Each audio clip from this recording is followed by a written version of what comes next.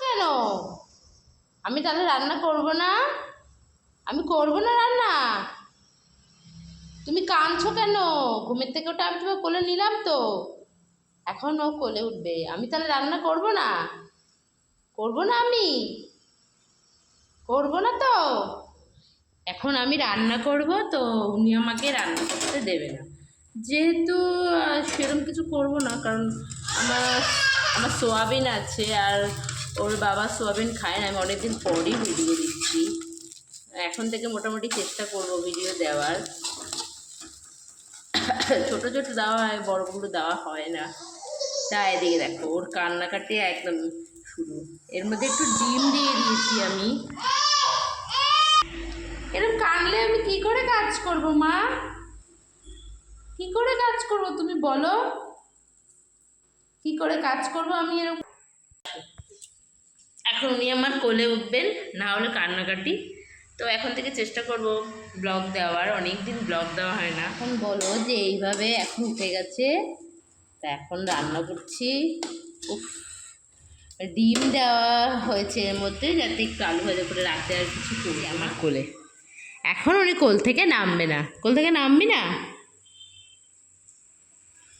তোমরা আগে আমাকে যেভাবে সাপোর্ট করেছো সেভাবে সাপোর্ট করো। অনেক দিন পর ভিডিও দিলাম, অনেক দিন পর। সব ছড়ানো সত্যি, রান্না করার সময় এইভাবে যখন দাঁড়িয়ে থাকে এত খারাপ লাগে, দেখো পড়ে যাবে।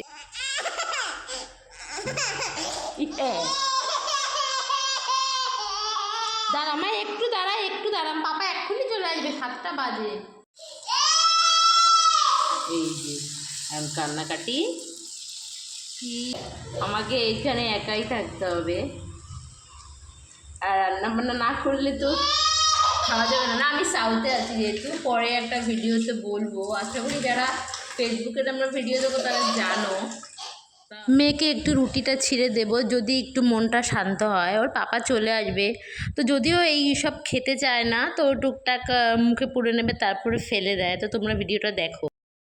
মুখে হাসি, তাহলে তুমি একটু খেয়ে নাও, আমি তাহলে একটু কাজ করে আসি। কাজ করে আসি মা। এরপরও ভালো লাগছে মা খেতে? বাইরে বাচ্চা দিয়ে একা, মেয়ে ছোট অনেক।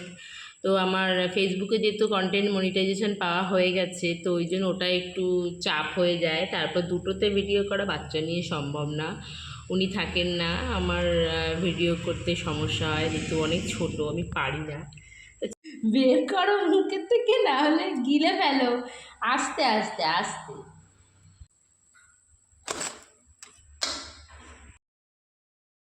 এইদিকে কড়াইতে তেলটা বেশি হওয়ায় বাবা হাতে একটু ছ্যাঁকা ছ্যাঁকা লাগছিল, তো কি করব, তাড়াতাড়ি তাড়াতাড়ি করার চেষ্টা করছি। এমনিতে অসুবিধা হয় না, তো তেলটা বেশি হয়ে গেছে, ছ্যাঁকাও লাগছিল বাবা আগুনের।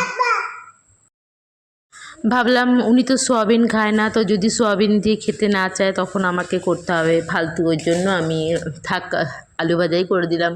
আলু ভাজাটা করলাম। আলু ভাজাটা আজকে কাটতেও পারিনি ঠিক মতন, আমার শরীরটা ঠিকমতো ভালো না। ওইদিকে দেখো ও একদম কান্নাকাটি করেই যাচ্ছে পিছনে, কিন্তু তারপর আমার আজকে শরীরটাও ভালো না, সকাল থেকে কেমন একটু করছে, কিন্তু ওটা তো রান্না তো করতেই হবে, তাই একটু গ্যাসের ট্যাবলেট খেয়ে নিলাম। বললে হয়তো ওকে ঠিকই বাইরে খাবার আনতো, কারণ আমার বেশিরভাগই বাইরের খাবারই খাওয়া হয়। সবসময় রান্নাবান্না তো সবসময় আমি বাচ্চা নিয়ে করতে পারি না। তো আজকের এইটুকুই আমার ব্লগ। এই আলু ভাজা, সোয়াবিন ভাত আমার জন্য, ওর জন্য ওই গোলা রুটি ডিম দিয়ে। তো তাই এমনিতেও শরীরটা ভালো না বলে তাই আর বলিও নি, কারণ উনি আনবেন, এনে না খাবারটা নষ্ট হয়।